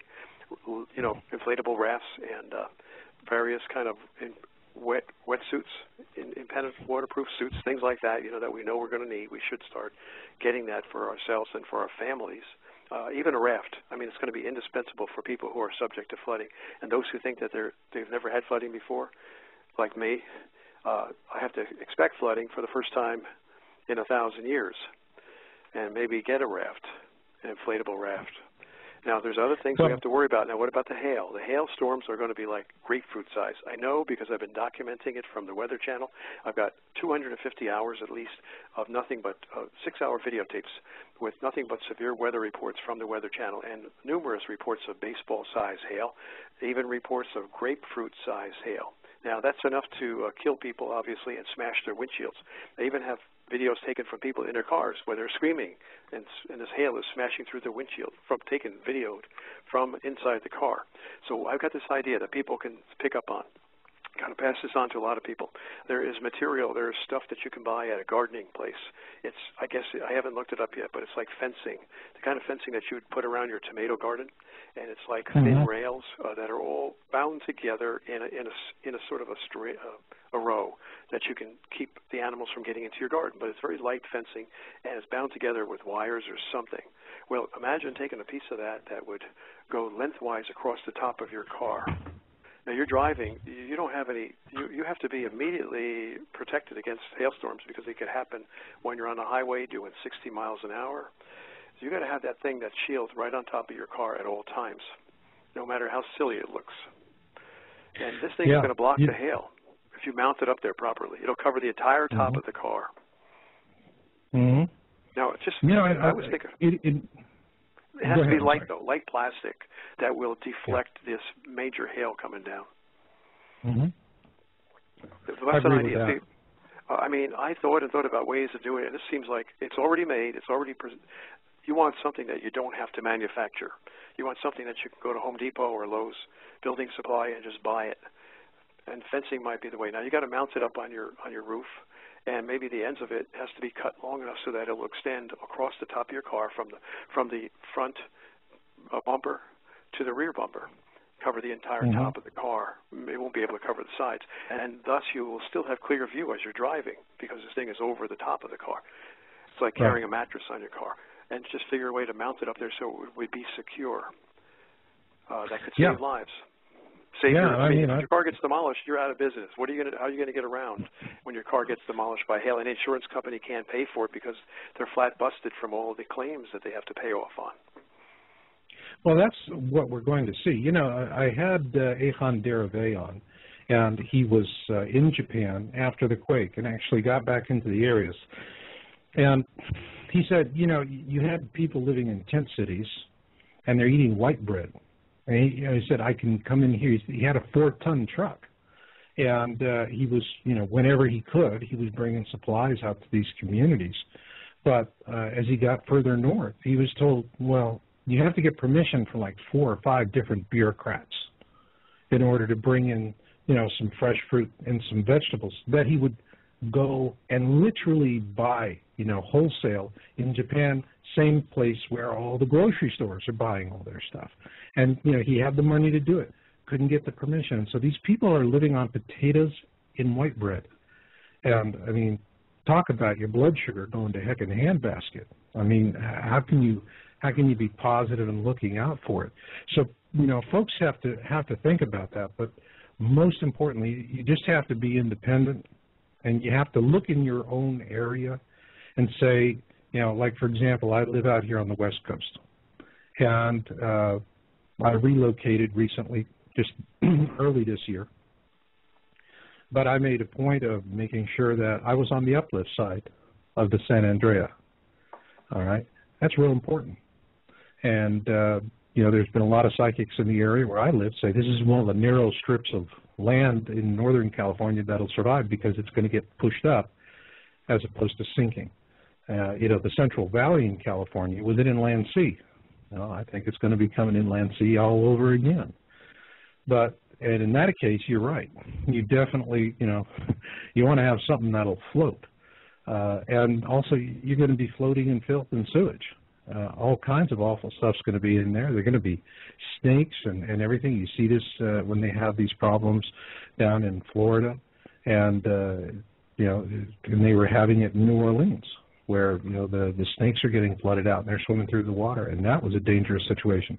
So you have to look at what is your local situation, and you have to take those threats that you would normally face, whether it's tornadoes or it's flooding or it's earthquakes or it's a tsunami warning area. You have to look at those because those are the kind of things that are going to be accelerated. But then there's the one big one, solar radiation. And, you know, we were talking about this earlier, and I can, in the chat room, it really is something, you know, that people are really getting out there. Now, you know, when we're talking about Elenin and we're talking about Planet X, I have a question here Susan's thrown me from the virtual chat room, from Jerry IT. When will it become visible? Let's just say it is Elenin and it is Planet X. What do you think, John? Oh, I really don't know. I can't hazard a guess. I can just say that I believe that Elenin is probably one of the comets in the entourage of Planet X, and we may be seeing it sometime this year before the year is over. But the thing to really worry about is that question is not so important, not as important as how do we get prepared, or we know how to get prepared, and the answer is let's get started right now. I myself haven't done much because I've been so busy trying to warn other people. But I've got to get that inflatable raft. I've got to figure out some way to prevent the solar scorching. I know they have these solar blankets, these highly reflective blankets that campers use. And if we were to perhaps make sort of a dome structure with something highly reflective, that dome would not only resist heavy winds, if it were, a small structure, not the size of a house. Mm-hmm. Let's say about 12 feet in diameter, a dome. And there are places you can buy them. I forget, somebody was mentioning the name of, I can't remember the name of the company. Actually, it's Monolithic Domes. I did an interview on them on my other show, Cut to the Chase, and that's at cttcradio.com for those of you out there that want to listen in on that. And it's part of the ACP series, Advanced Community Planning series that I've been doing. And it's one of those things that, I get it thrown at me all the time. It's like, I'm doing this for the money. If I were doing it for the money, I would not be doing the Advanced Community Planning series, because a show like tonight is going to pull out the audience like crazy, and it's an important topic. But of more importance to me as a researcher is getting people organized and ready so that they can survive what comes. And that's what the whole point of the ACP is. I talk about, dry water harvesting and building a good survival structure, something affordable. And, that is something, it's just really hard to get people fired up to take that seriously. Well, Marshall, you gave me an idea. We should have a central location. Thank God for the Internet. On the Internet, where it could be nothing but survival information, because, you and I can only talk in generalities, but we can't really get people going on it because we're not giving them enough information as to instructional details. But if they went to a website, they could see pictures, they could see places where they could telephone to order the equipment. You could order, say, a dome, a 12-foot wide dome that would come to your house in pieces. You put it together, then you would overlay this highly reflective foil that would reflect the sun's energy. At the same time, you would have, I'm sure they have, well, I would hope some inventor would have created an electric generator that takes solar energy and converts it to electricity for cooling. So you could take that heat from the sun and turn it into an air conditioner inside your dome, and then under the dome you dig a hole and implant one of these prefabricated or put together yourself underground storm shelters. So now you've got a solar reflector protecting you from the heat, and then you can dig deep and further escape the heat of the sun. At the same time, protect yourself from this killer tornadoes that are coming. So it would be a dual-purpose shelter. We could put that on the website and really give the people the details. Yeah, I mean, I have that, and what's really important for people is that you have to have protection from solar radiation. Actually, that's what we, in Planet X forecast, we said, and I still maintain it, the single largest cause of death is going to be solar radiation. That's going to be the big killer. That stuff gets here at the speed of light, about 8 minutes. There's no warning. And for those on the sun side of the planet, when it hits, all you're going to know that it's hit is that you're going to just, like the Earth stood still. Everything's just going to stop working. That's electrical. That's got any kind of a digital circuit to it, because it's going to get hosed. It'll get cooked in its own juices. And at that point, you're in a period of storming that's going to last about 30 minutes. If you're standing out in the open, you're a poodle in the microwave. And so you got to find a place to duck out. I mean, that's really, really important. But sorry to say it, I've run out of time, John.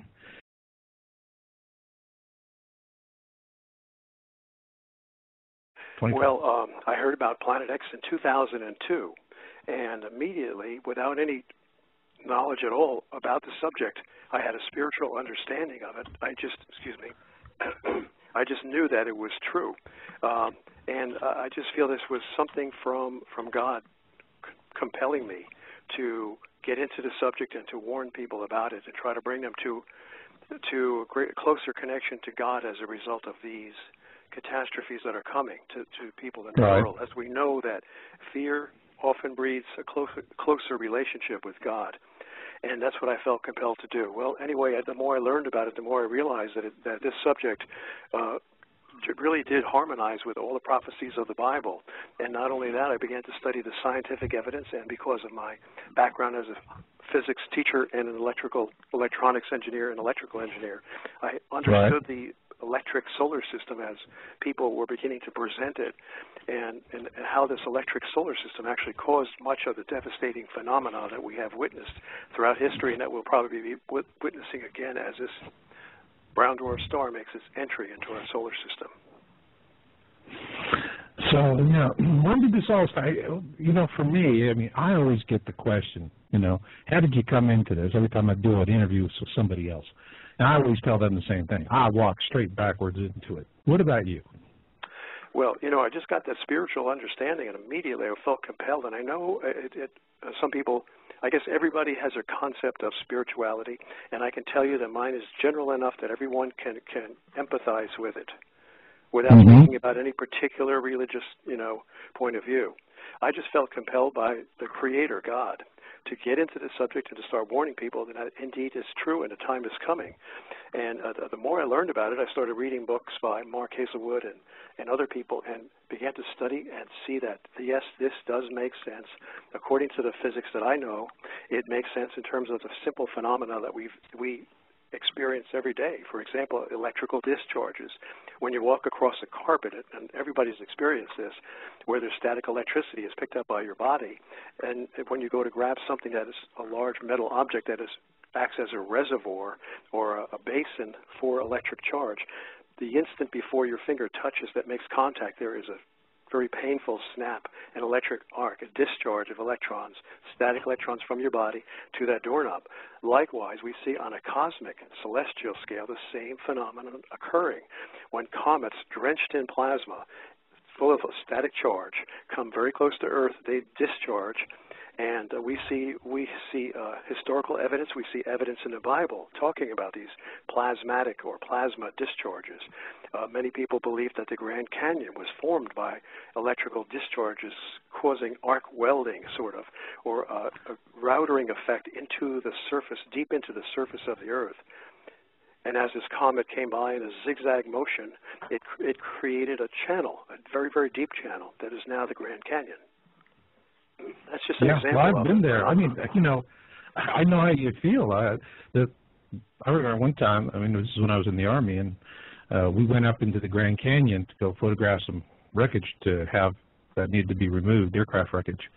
And we literally were flying in a bunch of Hueys right down off the deck. You can't do that anymore, but we were just 5 feet off the Colorado blasting through. You could almost hear Flight of the Valkyries, dum, dum, dum, dum.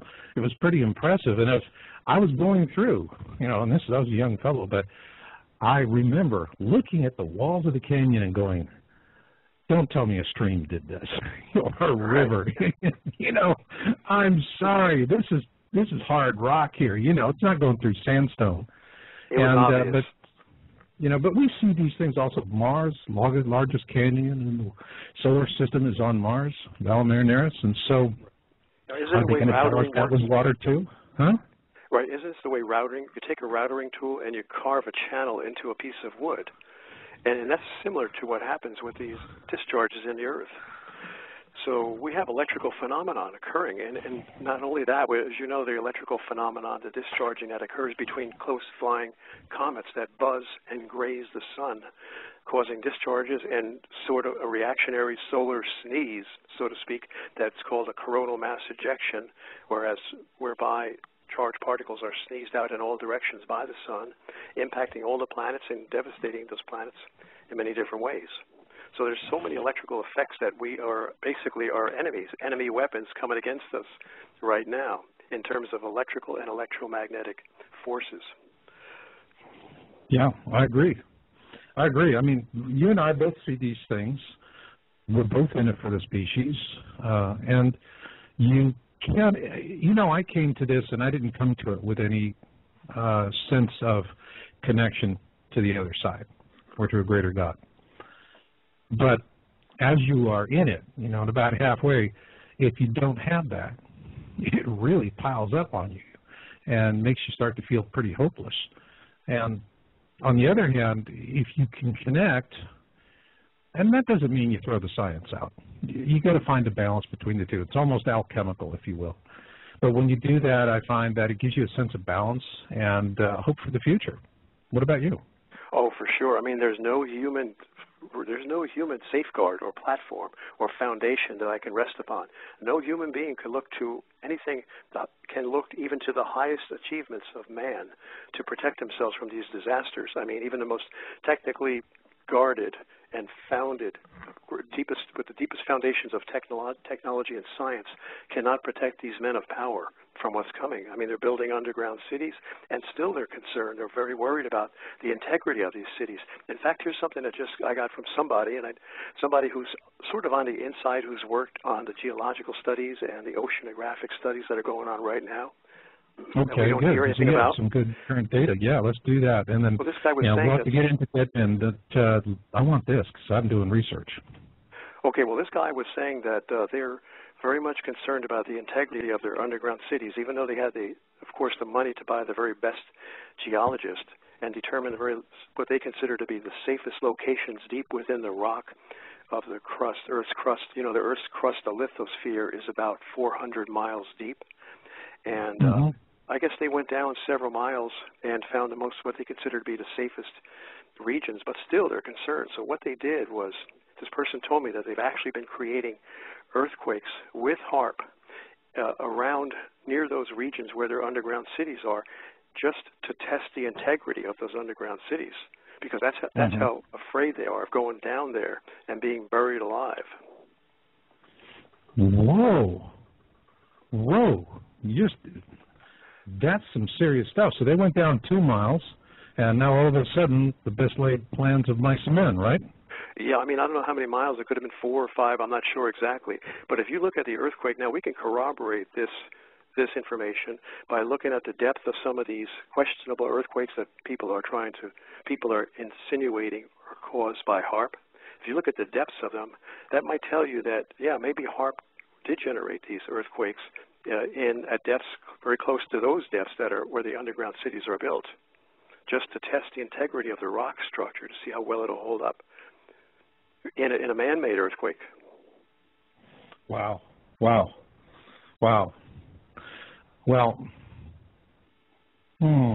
what do you think they're going to do about it? They're scared. In the long run, they're crying. So, there's the best laid plans of mice and men are failing. Now they don't know what they're going to do. Well, they're still going to go underground, but the best laid plans of mice and men are quite questionable and quite dubious when you've got a planet that's going to come in and wreck the entire, you've got a brown dwarf star that's going to come in and wreck the entire surface of the planet. Right. I mean, they knew from the beginning that what they were doing was, just a long shot, to say the least, building these underground cities. I mean, Schneider was talking about all of that. He was talking Schneider? about. I've heard. Yes, I read about him in your book, and I've seen some of his videos on YouTube. But I'm really sort of pleasantly surprised to hear that Phil Schneider was expressing the same or interpreting the power elite's fear and apprehension about this whole thing, despite the so-called complexity of their cities. Is that true? Mm-hmm.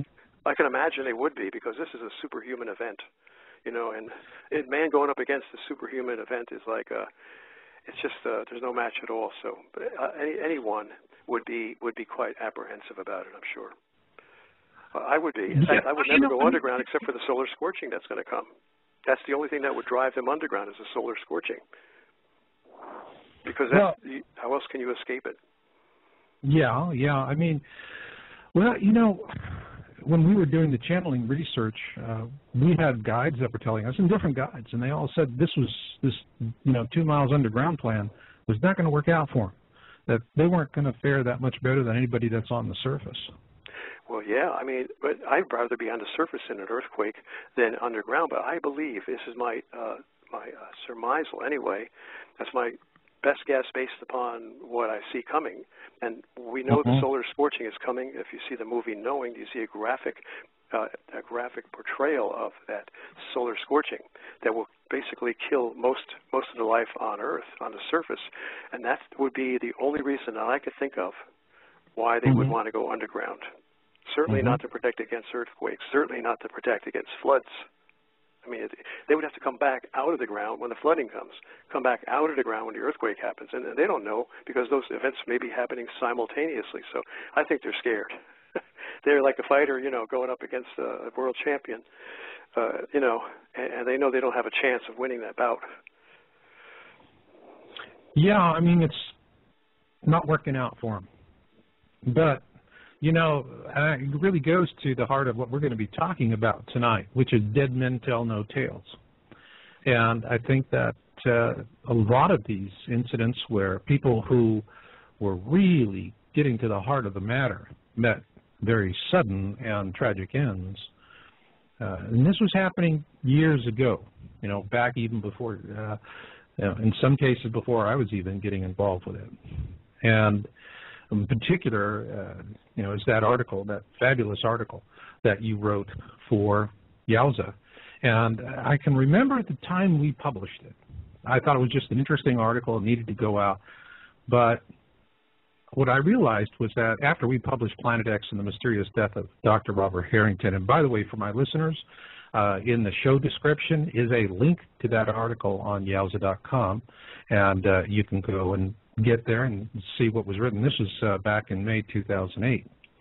But this explained to me why all of a sudden there was this inexplicable stoppage, as though the whole topic of us being in a binary star system fell off of a cliff. All of the astronomers and scientists and science writers got a simple, subtle message with his death. This is a third-rail topic. People with power will not tolerate you talking about it. And if they can take a run at you, you know, that's it. You're going to be running a spumoni cart in front of the Colosseum in Rome if you're lucky. But with his death, I mean, I think it's really necessary for people out there to understand the mindset of the people who did this, because, as you just mentioned in the opening of the show, things are not working out, okay? And the dots are not connecting the way they thought it would. And they went to extreme measures to, well, let's just call it what it is, to assassinate people that wanted to come out and tell the rest of us poor schmoes what the heck's going on. Robert Harrington was one of them. Brilliant man, brilliant man. Tragic, sudden death. His widow believes he was assassinated for his work on Planet X. So do I. So let's start with that, and then let's get into some of the other folks. But then later on in the second half of the show, after we have done 10 Dead Men Tell No Tales, what I want to do, John, is then take that, move it forward into the present so people can see how all of these dots are connected from our point of view as Planet X researchers. Okay? Okay. Dr. Robert S. Harrington was the chief astronomer of the United States Naval Observatory in Washington, D.C. Dr. Harrington is mentioned in a landmark New York Times article of 1983, prior to the launch of the infrared astronomical satellite. I won't read the article because it's very lengthy, but it's a wonderful article, and Marshall has it posted on his website. In that article, it mentions, I'm just going to quote the part, Dr. Robert S. Harrington believes that this is a brown dwarf star. I think it says it somewhere in the article. And incidentally, here's a very telling phrase in that article that everyone should remember, because it absolutely proves that this body is coming in.